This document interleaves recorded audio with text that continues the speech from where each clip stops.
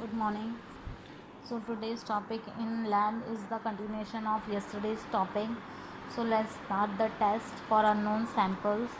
And first is ferric hydroxamate test for ester. If you have a carboxyl compound which is not an aldehyde or ketone or carboxylic acid, it could be an ester. One test for ester is the ferric hydroxamate test, whereby the ester is converted to a hydroxamic acid, which will give a positive ferric chloride test. Since enol can give a positive ferric chloride test, first test your compound with ferric chloride solution as follows. Dissolve 10 mg of the solid or 1 drop of liquid unknown in the 1 ml of 95% ethanol. Add 1 ml of 1N hydrochloride and then a 1 to 2 drop of 5% ferric chloride solution. If you obtain a color other than yellow, the test cannot be used. Otherwise, the test is conducted in next step.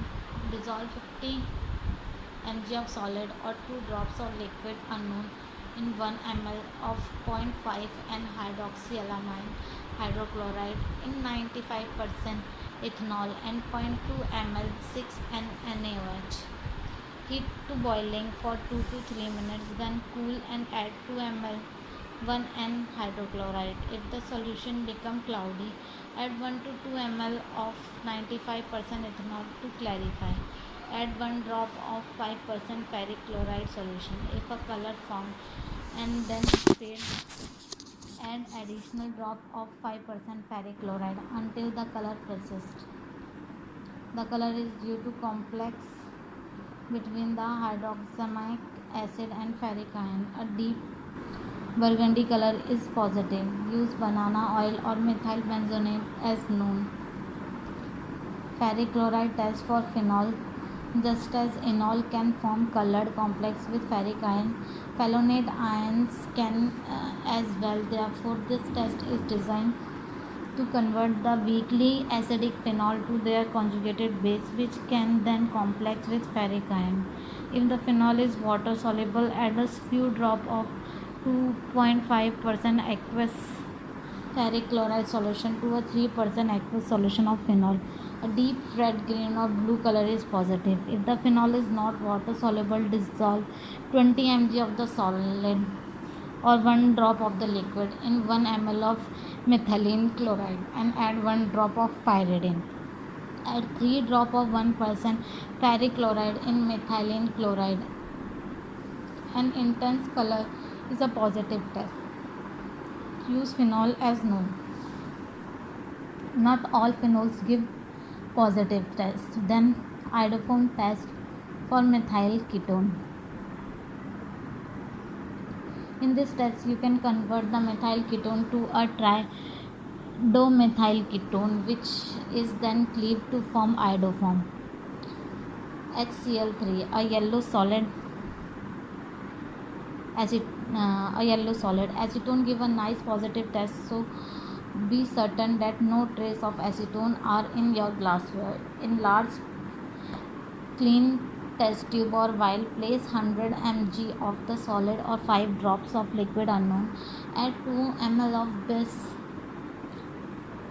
ether, 5 ml of water and 1 ml of 10% NaOH and mix well. Add a total of 3 ml of iodine potassium iodine solution in 6 equal portions by stopper and shake well after each addition.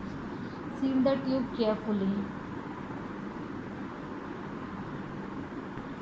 The color of the iodine will disappear more slowly in the later addition. The solution should be slightly yellow. Heat if necessary and shake against the force the iodine to react. When the color is slightly yellow, add water to nearly fill the test tube or container stopper and shake continuously. After standing for 15 minutes, a pale yellow precipitate of iodine is a positive test for the methyl ketone. Acetone can be used for the known. The iodine potassium iodine solution prepared for 10 gram of iodine and 20 gram of potassium iodine in 100 ml of water. Next test is Heisenberg test for amines. If you have a basic compound which you believe to be an amine, you can collaborate with suspicious and determine if you have a primary, secondary or tertiary amine using the Heisenberg test. You will react the amine with a sulfonyl chloride, forming an insoluble sulfonamide of a primary or secondary amine of the soluble salt of tertiary amine.